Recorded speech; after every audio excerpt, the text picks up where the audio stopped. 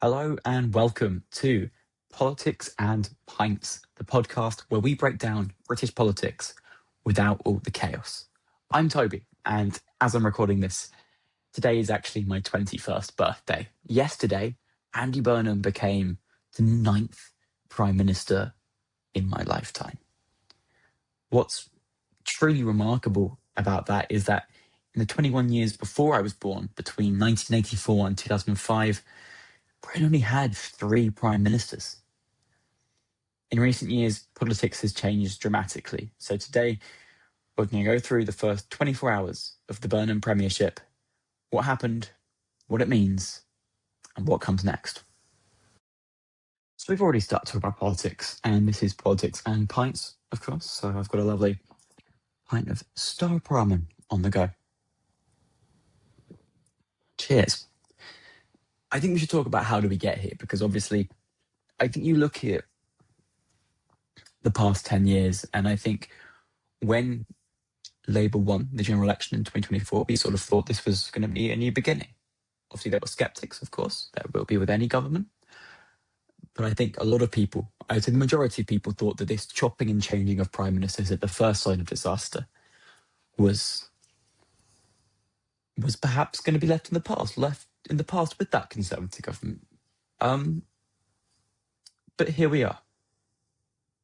How did we get here? I think it's safe to say 2 years ago, Labour was very much in the honeymoon phase. Just 2 years ago, Labour won one of the biggest landslides in modern British history under Keir Starmer. 2024, a landslide, a massive majority. I believe the biggest majority for a Labour government.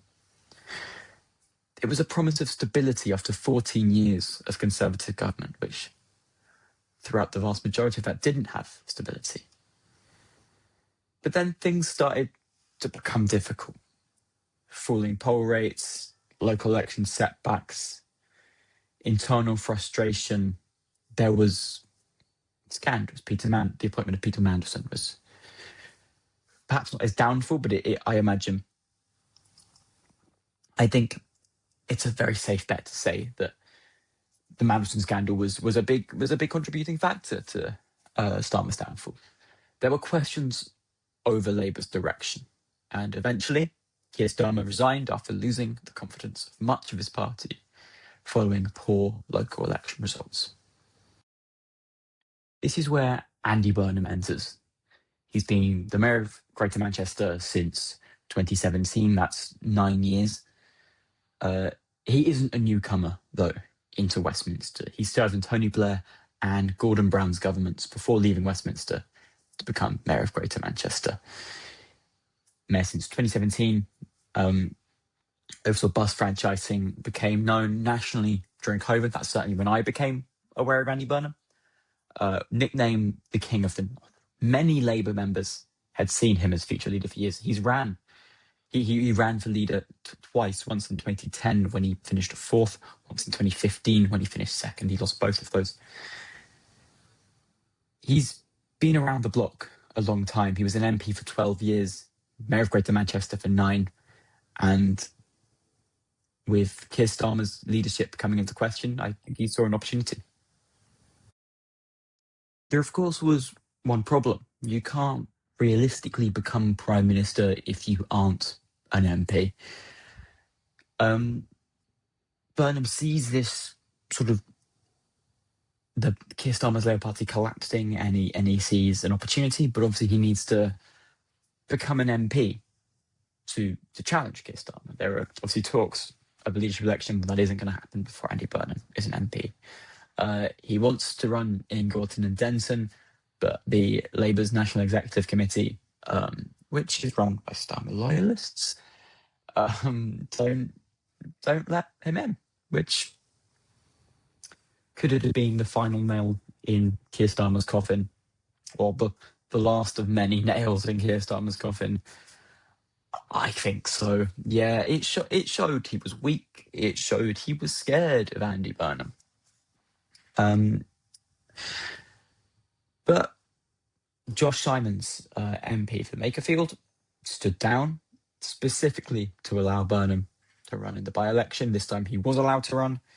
He won comfortably, returned to Westminster, and immediately he becomes the favourite for the Labour leadership. Then there was a leadership contest. It was short and sweet. Labour began a leadership election. Burnham emerged as the only candidate. Every single Labour MP backed him. Every single Labour associated union backed him.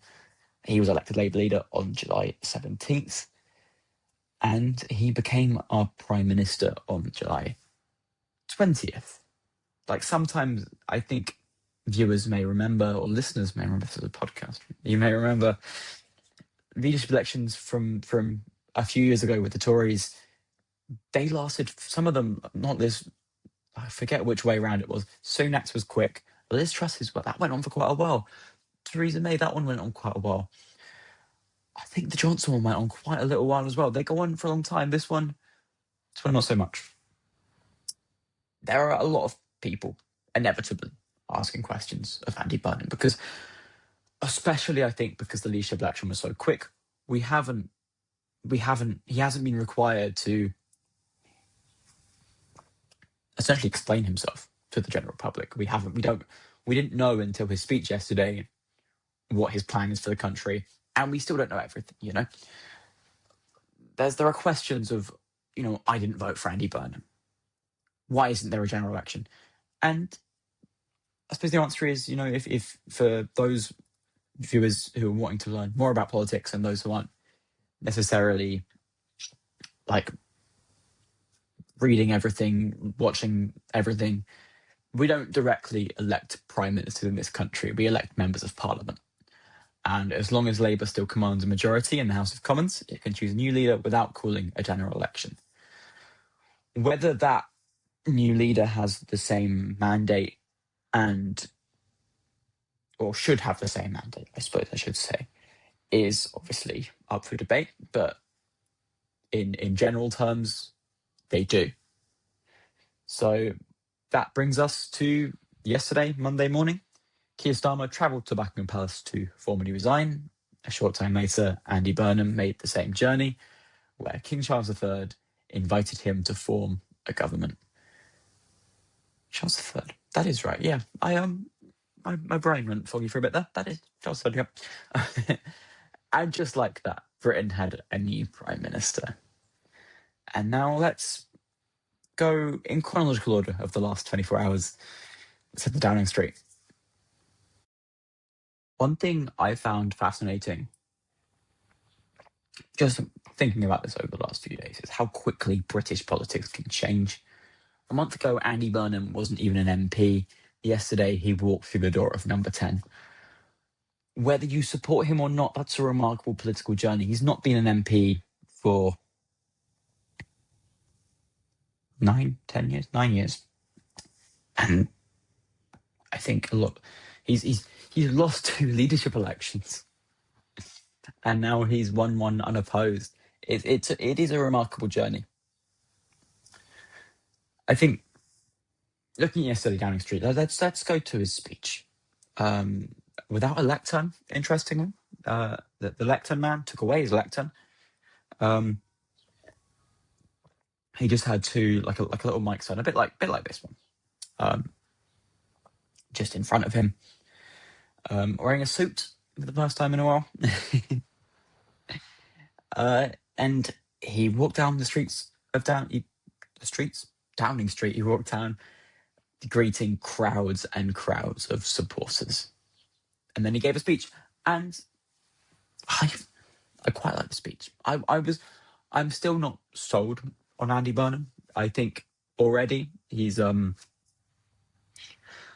more appealing leader of the country than Keir Starmer. But I think only time will tell on that. But I'm not sold on him, but I enjoyed his speech. I think it was very good. I think he sounded very optimistic. I suppose he would be. And he promised immediate action, which we will get into because obviously it was yesterday.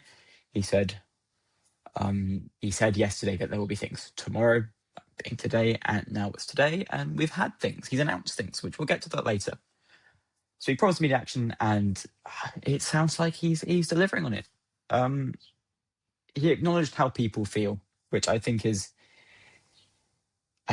that's key. I think that's, you have to. And he acknowledged the position he's in. He acknowledged that he was the seventh prime minister in 10 years, which is what he needs to do. He took accountability for British politics, even though he's been largely out of the Westminster system, which is another I suppose topic that he went into a lot, was how sort of Westminster centric. He said that Britain took a series of wrong turns in the 1980s to get here. National renewal. He spoke about reindustrializing Britain, and again, I think I'm sold on that. It was a really, I must say, rousing speech. I really want to get behind it.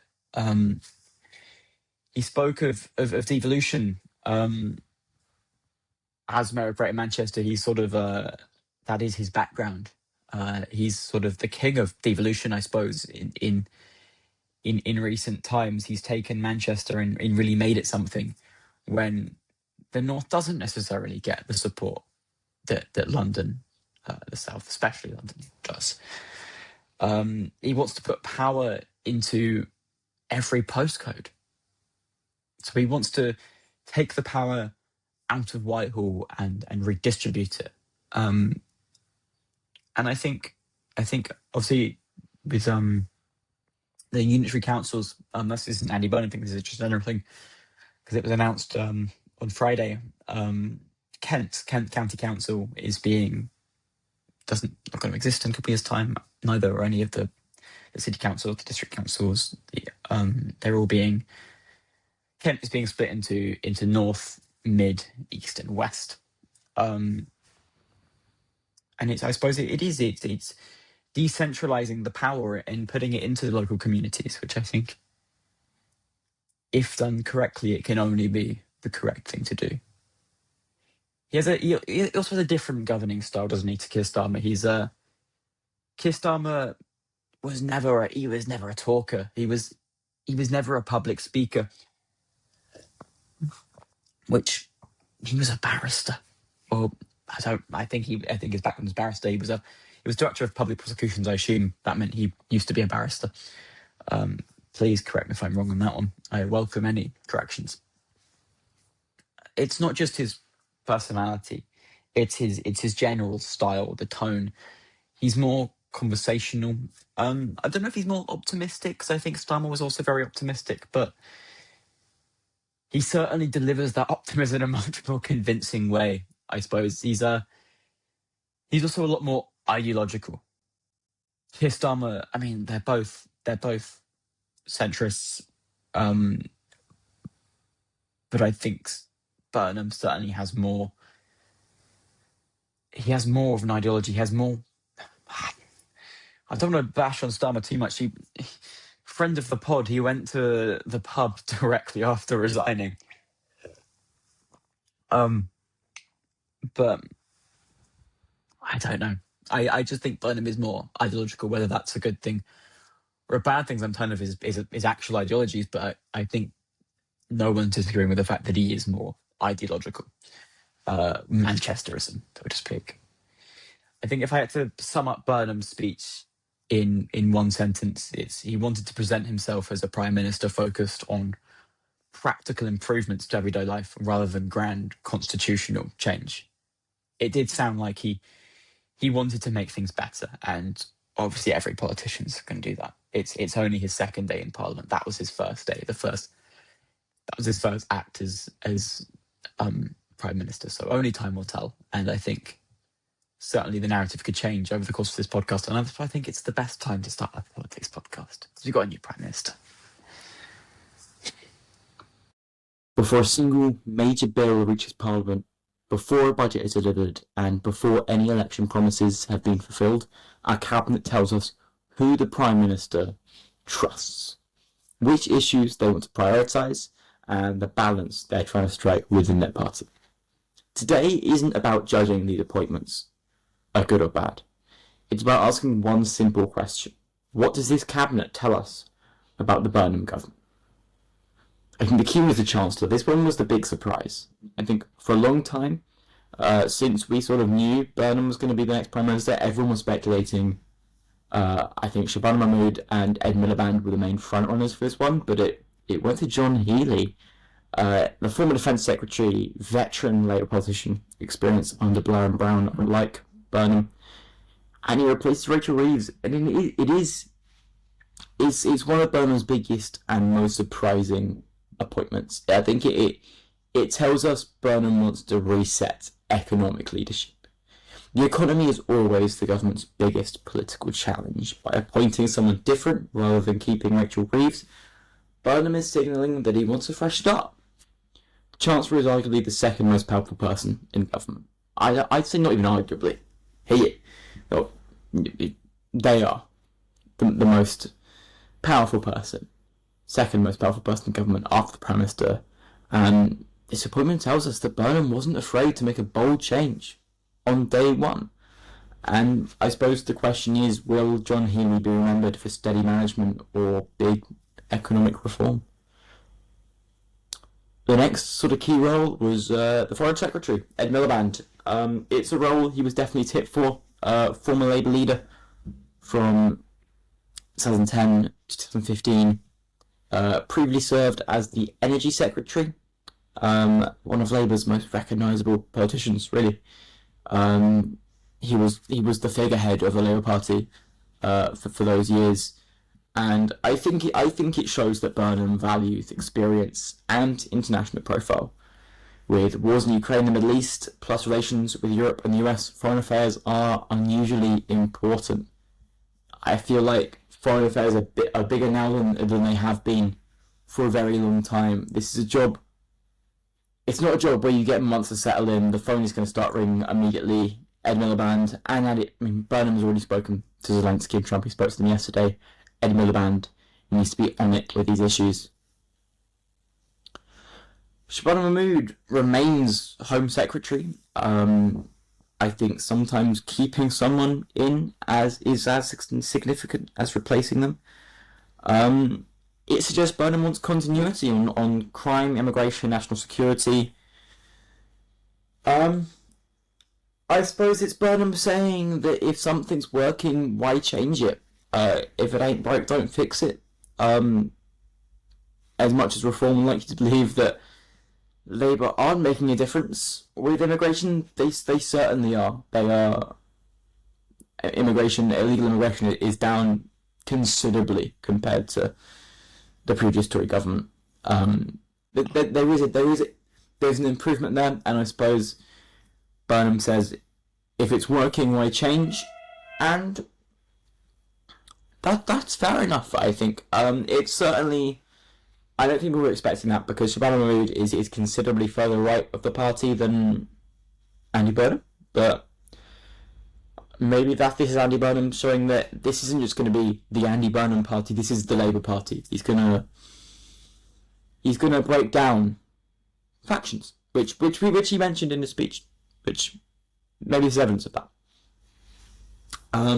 Health Secretary Abet Cooper, one of Labour's most experienced politicians, previously held senior cabinet roles, taken over health and social care, came from. I'm gonna guess who was Health Secretary? I honestly do not know who replaced Wes Streeting. That's slipped my mind.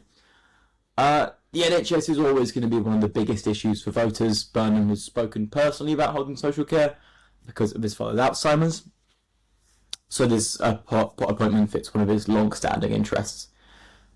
Health isn't a portfolio where success comes quickly. Every Prime Minister promises to fix the NHS.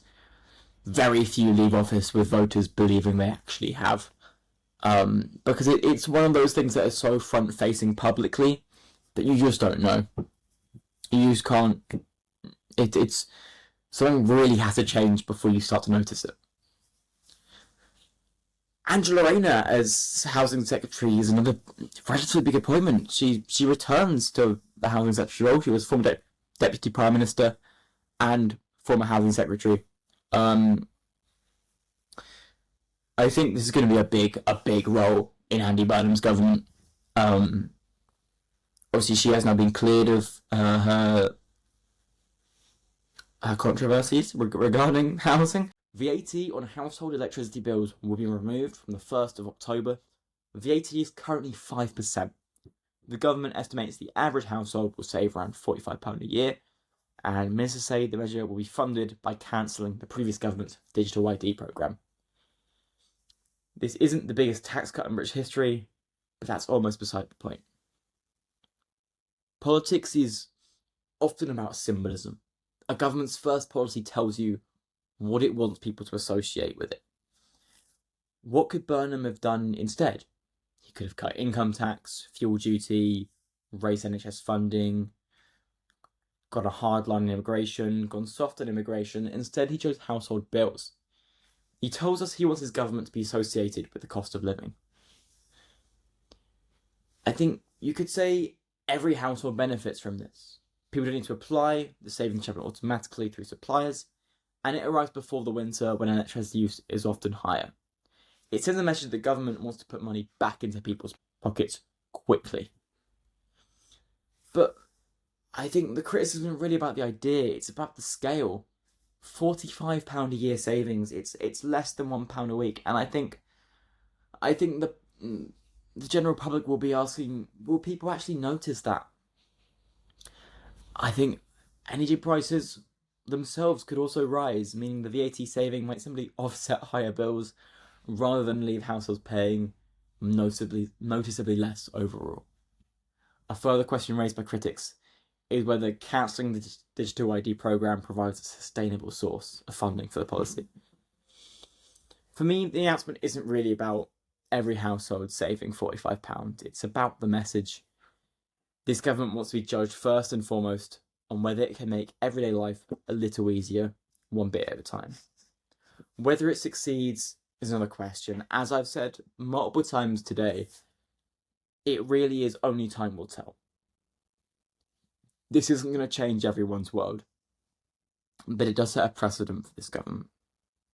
Personally, I think it's an interesting choice. It's not a headline-grabbing tax revolution, and it's not going to transform anyone's finances overnight, but governments often begin with symbolic measures that establish their priorities. If this is the first step in a wider cost of living strategy, it will make more sense when viewed alongside future policies. If it's the main intervention, critics are likely to argue it doesn't go far enough.